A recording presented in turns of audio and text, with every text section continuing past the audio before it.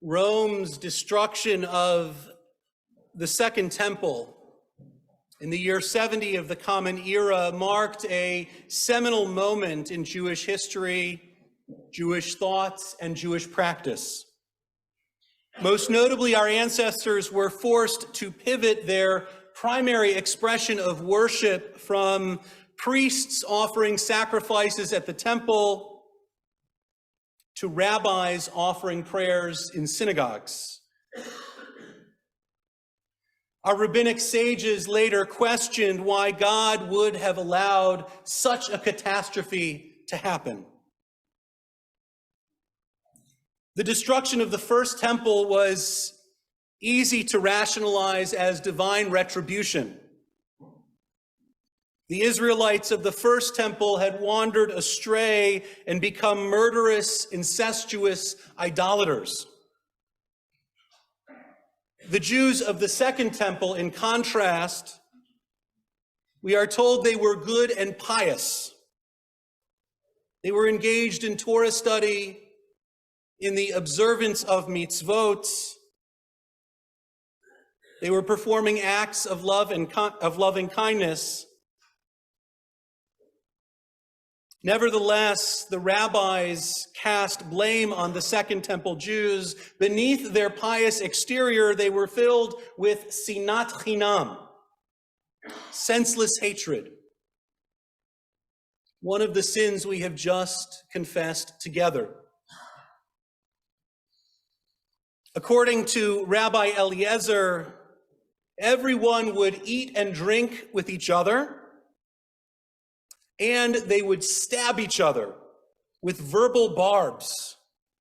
Even those who were close were filled with hatred toward one another. The message of Talmud is that even with piety, senseless hatred is more damaging and more dangerous than idol worship, bloodshed, and forbidden relations combined. When sinat chinam, senseless hatred, is present, we are on the precipice of destruction. Even when we live Jewish values and observe Jewish law, are kind, supportive, law-abiding, and generous, even when we do all those good things, we are at risk of destruction when there is any senseless hatred. The rabbis underscore the dangers of sinat chinam with the following story in the Talmud that I've adapted slightly. A Jewish leader, I will call him Larry, hosted a celebratory feast and wanted to invite his dear friend Mark with a C.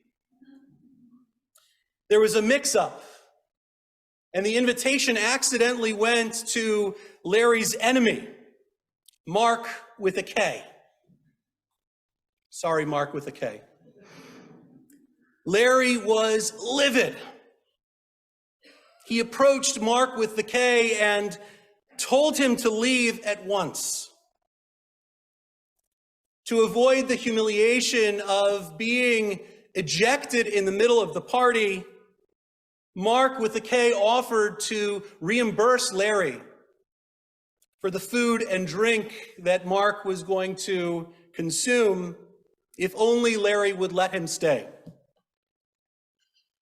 Larry refused. Mark then offered to pay for half the cost of the banquet. Larry refused again. Mark then offered to pick up the tab for the entire event without anyone else knowing. Everybody would think it was Larry's party, but Mark was actually paying for it.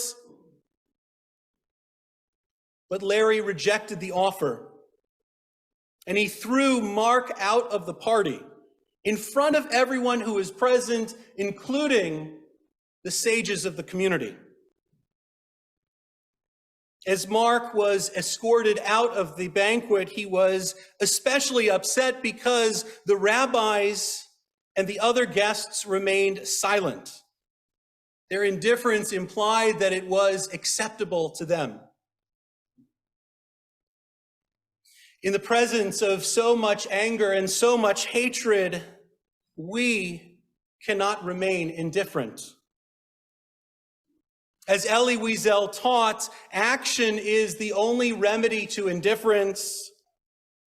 Indifference is the most insidious danger of all.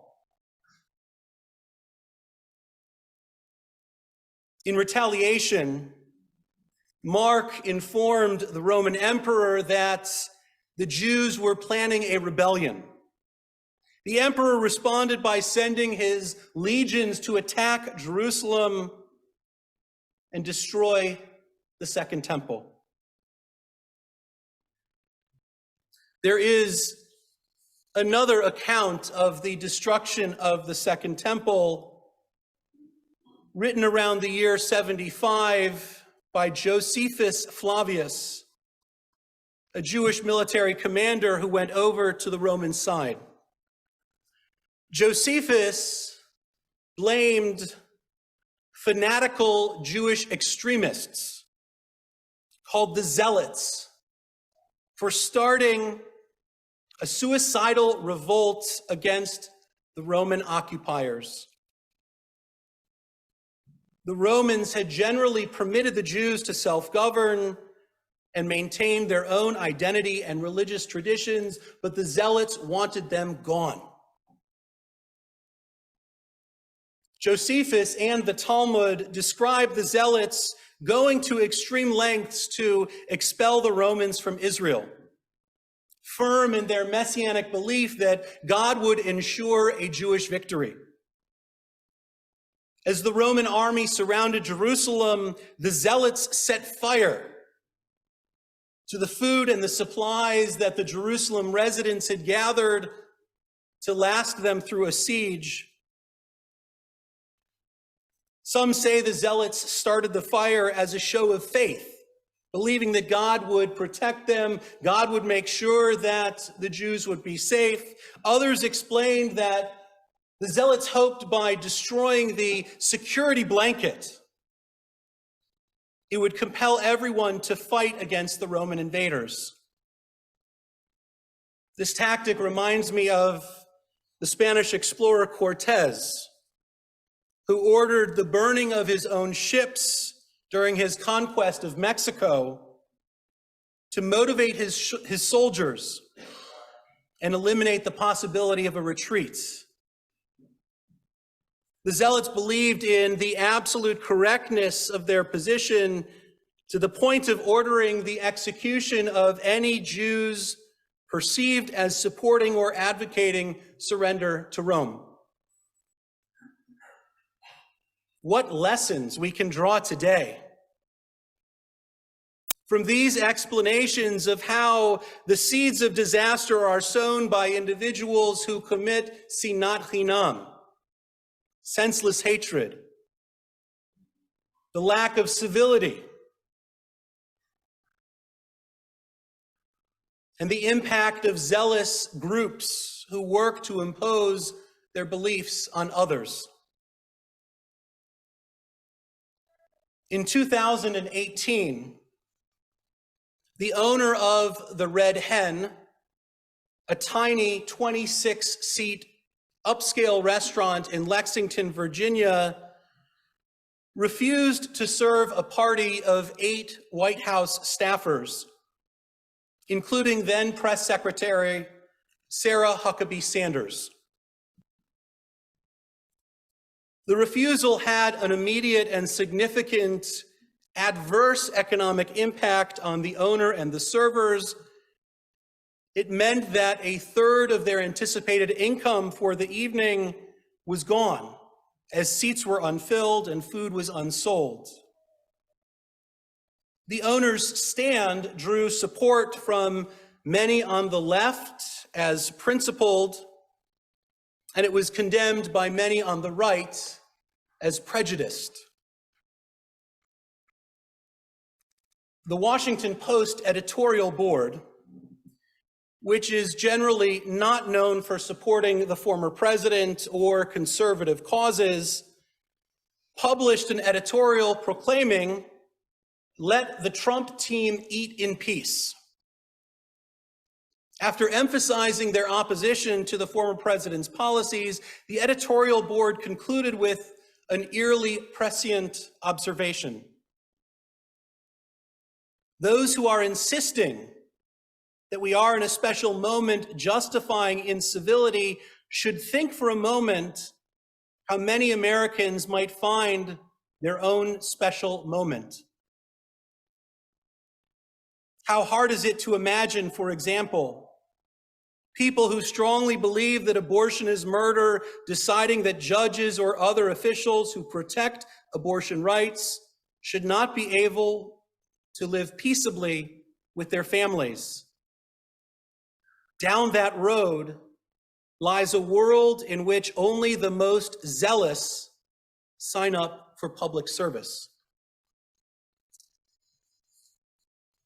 People who hold opposing views on abortion should be able to live peaceably with their families and in a civic manner.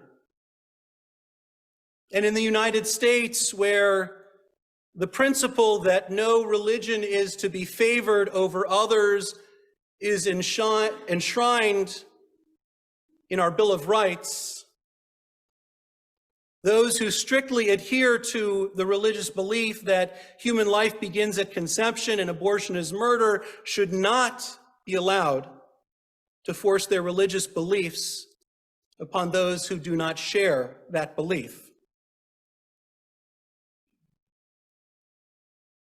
I fear that our nation's precious democracy stands on the precipice of destruction, threatened by senseless hatred and extremism. We witnessed the manifestation of Sinat Chinam on January 6th, 2021, when radical right-wing zealots launched a bloody insurrection on the United States Capitol, the temple of our democracy. And that threat grows as politicians and pundits fan the flames of division by falsely denying the outcome of the 2020 presidential election. We see zealots emboldened, running for public office in this election cycle, often seeking seats that were held by people tired of the incivility. The rabbis of Talmud liken Sinat Chinam, senseless hatred, to the Sasmagor, an invasive worm that saws into cedar trees and causes rot.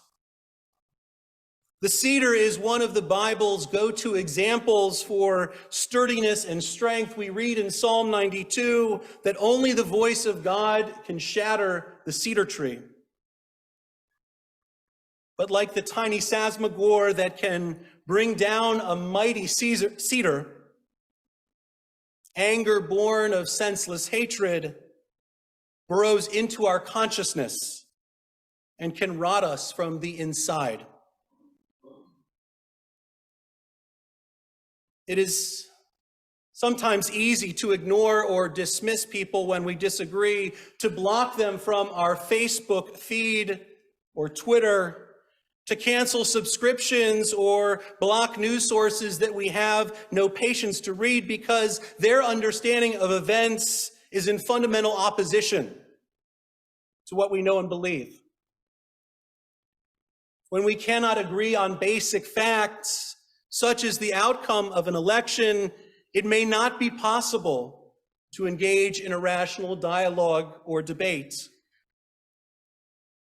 But we can commit to reflect, to recognize our own senseless hatred, and commit to listening, trying to understand the viewpoints of others when we disagree.